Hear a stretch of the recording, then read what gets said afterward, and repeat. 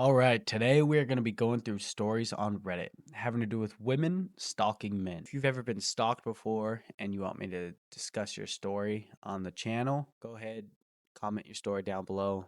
We'll get it put up here. Our first is from Butter8. He is asking for advice. He just found out his girlfriend was stalking him for weeks before they started dating. We've been dating for a year and things have been going great. I genuinely love her and can see this relationship leading to something serious. That being said, yesterday she admitted that she had been stalking me for nearly a month before we went on our first date. I asked her what she meant by that, and she told me that she checked my Facebook and Twitter daily and followed me around and learned my class schedule. We were seniors at college at the time. She told me she would follow me to parties.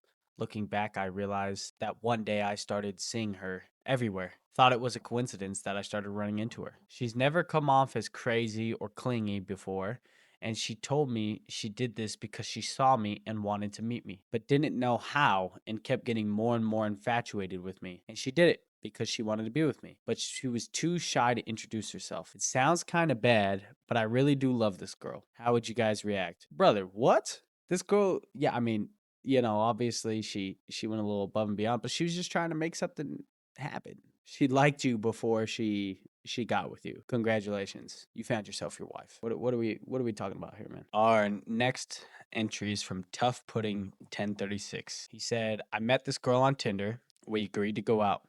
We went out. She was very nice. We got along well. At the end of the date, she mentions that she was in a psychiatric hospital for a whole year." All right, let me pause right there, guys. Run. That's a problem. But let me continue.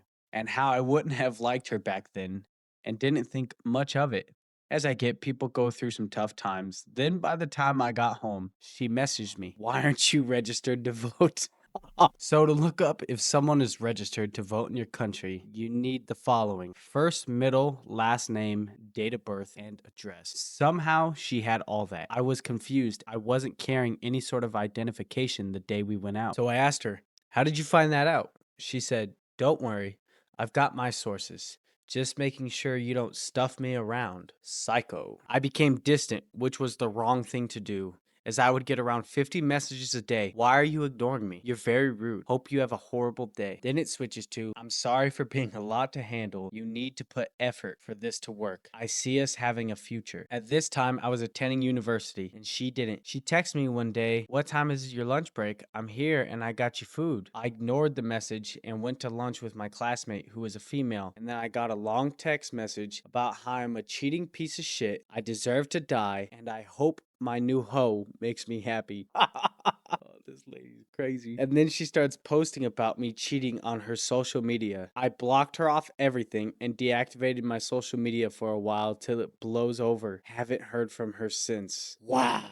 That is a tier 1 psycho. Here we got another one from Swaffy247. He says, "I met a girl online after I broke up with my ex. She wasn't really my type physically, but we clicked mentally. We messaged for a few months before we finally went on a date. It was okay. We ended up at her house. We had the worst sex that I've ever had in my life. It was protected sex. After that, she got really clingy. So I expressed how I felt to her and ended it. She showed up at my work and somehow arranged a meeting with my boss, who thankfully didn't buy into her madness." Wow. Then she was suddenly pregnant. Press X to doubt. She sent me pictures of her stomach at weird angles and ultrasound pictures of the baby, missing all personal information. Then eventually, the baby was born, but was sick. I requested any information that she would give me about the child. I wanted to see the child if it really existed. I take care of any child that is mine. It's my responsibility because I created it. She wouldn't provide any information. Her quote unquote aunt contacted me, sent me all kinds of messages aimed at making me feel guilty. I think that I eventually had a nervous breakdown. She convinced me that the child had died and it was my fault. At one point, she had driven me so far that I was plotting violence on her. I'm thankful to all my friends that took care of me. One day, she suddenly stopped. It was a terrible experience. I sometimes still wonder what her motivation was. Wow, what a crazy story, guys. That one's wild. To say that you're pregnant and that you had somebody's child to keep it going. Okay, to put it into perspective, there's at least 10 or 11 months of her having to be in